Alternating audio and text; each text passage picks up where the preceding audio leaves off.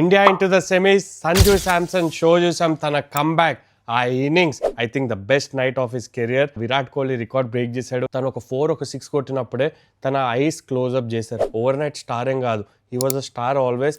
Start stop career చూసాం తనది. India pressure సిచ్యువేషన్ని హ్యాండిల్ చేయగలిగింది. మ్యాచ్ అంతా ఎలా జరిగిందో మాట్లాడుకుందాం ఈ వీడియోలో.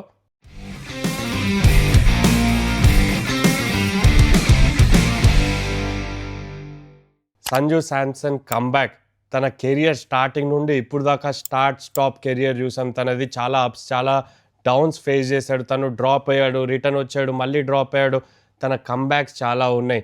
కానీ తన కెరియర్లో the most important night, I think the best knight of his career.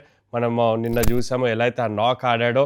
చాలా రికార్డ్స్ బ్రేక్ చేశాడు తను. మోస్ట్ ఇంపార్టెంట్ రికార్డ్ ఏంటి అంటే highest number of runs in a chase for team India. Virat Kohli record break చేశాడు. 82 విరాట్ కోహ్లీ నాట్అవుట్ చేశాడు అగైన్స్ట్ ఆస్ట్రేలియా. ఆ record break చేయడం జరిగింది Sanju Samson. And match winning knock, what and knock. ఆ నాక్ గురించి ఒకసారి మాట్లాడదాం డీటెయిల్డ్గా.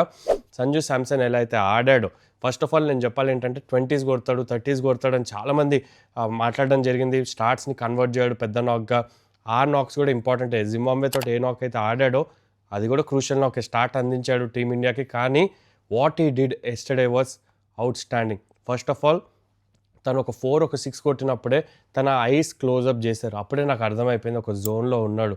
ఒక జోన్లో ఒక బ్యాటర్ చాలా తక్కువ ఇన్స్టెన్సెస్లో ఉంటారు. మీకు గుర్తున్నట్టయితే 2011 వరల్డ్ కప్ క్వార్టర్ ఫైనల్లో ఆస్ట్రేలియా అగైన్స్ యువరాజ్ సింగ్ ఆ 4 కొట్టిన తర్వాత ఎట్లయితే నీస్ మీద వెళ్ళిపోయి ఆ సెలబ్రేషన్, ఆ రోర్ చేస్తాడో, తను ఒక జోన్లో ఉండే ఆ రోజు. He wanted to make India win very badly. ఆ నాక్ ఎలా అయితే ఆడాడో యువరాజ్ సింగ్ 2016లో T20 వరల్డ్ కప్లో ఆస్ట్రేలియా అగైన్స్ మొహాలీలో విరాట్ కోహ్లీ అలాంటి జోన్లోనే ఉండే. మ్యాచ్ తర్వాత నీస్ మీద వెళ్ళిపోయి అలాంటి సెలబ్రేషనే చేశాడు. He was in his zone. ఒక జెన్ మోడ్లో ఉండే. Sanju Samson was in his element today. ఎలా అయితే ఆడాడో, దాని తర్వాత నీస్ మీద వెళ్ళిపోయి ఆ సెలబ్రేషన్ ఏదైతే చేశాడో, ఒక జోన్లో ఉండడం అంటారు. బ్యాటర్స్కి చాలా అరుదుగా ఆ జోన్లో వెళ్తారు. అనుకుంటే అయ్యేది కాదు అది. ఒక జెన్ మోడ్లో వెళ్తారు. మొత్తం కూడా ఆటో పైలట్లాగా అనిపిస్తుంది. మీరేం ఆలోచించిన అవసరం లేదు. ఆ సిచ్యువేషన్లో మీరు ఏం చేయాలో మీకు ఆటోమేటిక్గా అర్థమైపోతుంది. I had that same feeling ఎప్పుడైతే సిడ్నీలో ఆ మ్యాచ్ సేవింగ్ నాక్ ఆడానో. ఒక 2-3 hours వరకు అసలు ఏం జరుగుతుంది నా చుట్టుపక్కల ఏం అర్థం కాలేదు. After the match I came out of the zone. But నాకు ఆ రియలైజ్ అవ్వడానికి, సింక్ ఇన్ అవ్వడానికే చాలా టైం పట్టింది. అండ్ మెంటలీ చాలా ఎగ్జాస్టింగ్ కూడా ఉంటుంది. అందుకనే ఆ 3 ఇన్స్టెన్సెస్లో ముగ్గురు బ్యాటర్స్ కూడా నీస్ మీద వెళ్ళిపోయి దేవర్ ఎగ్జాస్టెడ్, నాట్ ఫిజికలీ, మెంటలీ. ఎలా అయితే ఫోకస్ చేశారో, ఎలా అయితే ఆ మ్యాచ్ విన్నింగ్ నాక్ ఆడారు టీమిండియాకి, మోర్ దెన్ హ్యాపీనెస్ ఒక రిలీఫ్ అనేది ఉంటుంది. It was not a match career defining innings ఏం కాదు సంజు శాంసన్కి. తను చాలా నాక్స్ ఆడాడు. 3 centuries స్కోర్ చేశాడు T20sలో. డ్రాప్ అయ్యాడు లాస్ట్ సిరీస్, న్యూజిలాండ్ సిరీస్ తర్వాత చాలామంది డౌట్ చేశారు సంజు శాంసన్ టెక్నిక్ బాగాలేదు అది ఇది అని మాట్లాడారు. వరల్డ్ కప్లో కూడా ఒక ఆపర్చునిటీ దొరికింది, 20 స్కోర్ చేశాడు. లాస్ట్ మ్యాచ్ ఒక 20 స్కోర్ చేశాడు. కానీ ఈసారి మెచ్యూరిటీ చూపించాడు. తన దగ్గర ఎక్స్పీరియన్స్ ఉంది. IPL చాలా ఇయర్స్గా ఆడాడు. ఇంటర్నేషనల్ క్రికెట్ కూడా ఎన్నో ఇయర్స్ నుంచి ఆడుతూ వచ్చాడు. బెంచ్ మీద కూర్చున్నాడు, చాలా మ్యాచెస్ చూశాడు. Is led and IPL team, experience ఉంది. అండ్ ఒక్క నైట్లో ఓవర్ నైట్ స్టార్ ఏం కాదు, he was a star always. కానీ ఎప్పుడు కూడా అంత బ్రైట్గా షైన్ కాలేదు యాజ్ మచ్ యాజ్ ఈ shone last night. So Sanju Samson was the star of the show. Virtual quarter ఫైనల్లో he played a match winning knock. ఇండియాకి highest number of runs chased in a T20 world cup. ఆ రికార్డ్ కూడా break అయింది. 195 chase చేయడం మామూలు విషయం కాదు. మ్యాచ్ ఇన్ డీటెయిల్గా మాట్లాడితే ఇండియా చాలా కీలకమైన టాస్ గెలిచింది.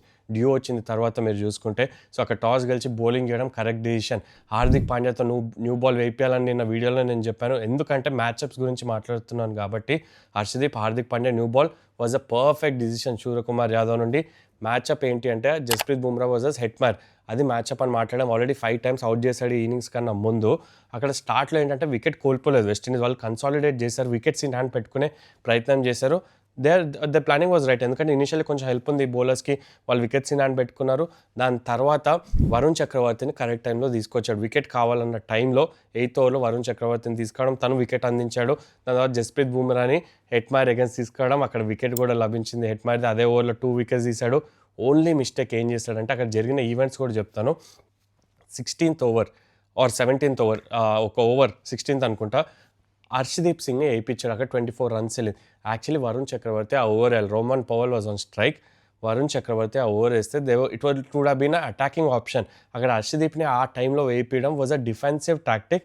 యాక్చువల్గా గౌతమ్ గంభీర్ బయట నుంచి మెసేజ్ పంపించి హర్షదీప్ని ఏమన్నాడు, ఒక ఓవర్ వరుణ్ చక్రవర్తిని ఆపమన్నాడు.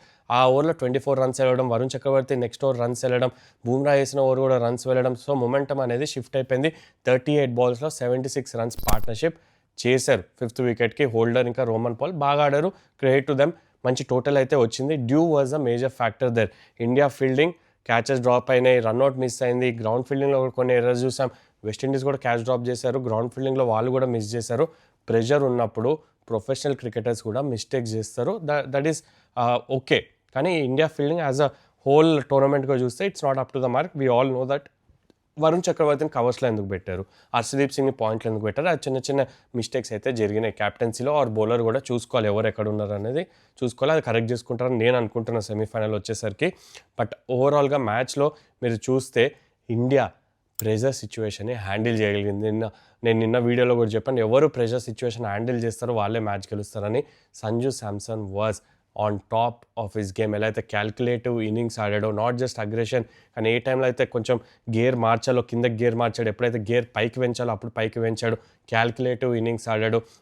వేరే క్యామియోస్ కూడా ఉన్నాయి. మీరు చూసుకుంటే అక్కడ Suryakumar Yadav decent partnership build చేశాడు. ఈ could have carried on, that's a different story. But Tilak Varma ఎలా అయితే తను ఇంపార్టెంట్ నాక్ ఆడాడు, శివన్ దుబే వచ్చి కరెక్ట్ టైంలో ఆ బౌండరీ స్కోర్ చేయడం, అవన్నీ కూడా యాడ్ అయితే కాంట్రిబ్యూట్ అవుతాయి.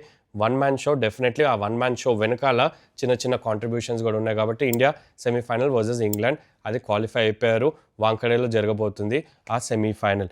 అండ్ సంజు శాంసన్ గురించి ఇంకొంచెం మాట్లాడితే ఈ వీడియోలో చూడండి, లైఫ్లో అప్స్ అండ్ డౌన్స్ అనేది జరుగుతూ ఉంటాయి. చాలామంది క్రిటిసైజ్ చేస్తారు, పుల్ డౌన్ చేస్తారు. They'll say that you're not good enough. Or self doubt కూడా ఉంటుంది, సెల్ఫ్ రియలైజేషన్ కూడా వస్తుంది. నేను చేసే తప్పేంటి కొన్నిసార్లు అర్థం కాదు. You'll be lonely. ఎప్పుడైతే ఇలాంటి నైట్స్ ఉంటాయో అందరు కూడా పొగుడతారు. తెలిసే you are the star, you are ఇది, యు ఆర్ అది అని చాలామంది అంటారు. కానీ ఫెయిల్యూర్స్ వచ్చినప్పుడు ఎవరు కూడా మీ పక్కన ఉండరు. Sanju Samson must have felt that. అందుకనే ఆ సెలబ్రేషన్లో కూడా చూసాము ఎలా అయితే ఆ రిలీఫ్ తన ఫేస్లో నుంచి.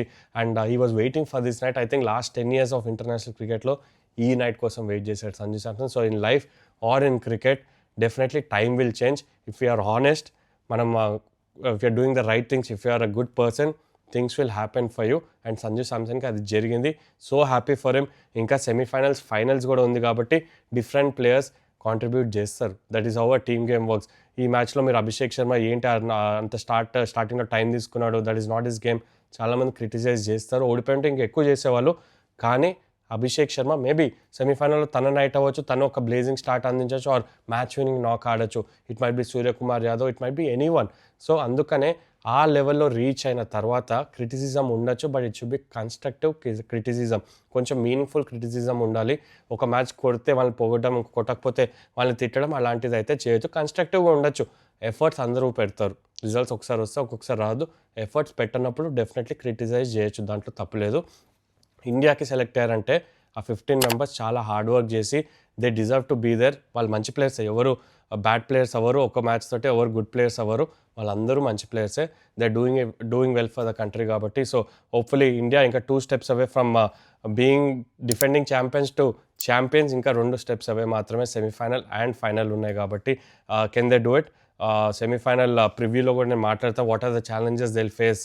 ఇంగ్లాండ్ అగేన్స్ట్ ఆడబోతున్నారు కాబట్టి. So this night belongs to Sanju Samson. India are in to the semis and what a knock, one of the best knocks in T20 history, world cup history undoubtedly. And celebration కూడా zen mode, ultimate innings ఆడాడు. మీరేమనుకుంటున్నారు ఆ innings గురించి? సంజు శాంసన్ ఫ్యాన్సే కాదు, team India fans అందరూ కూడా Sanju Samson fans అయిపోయారు. కామెంట్లో చెప్పండి.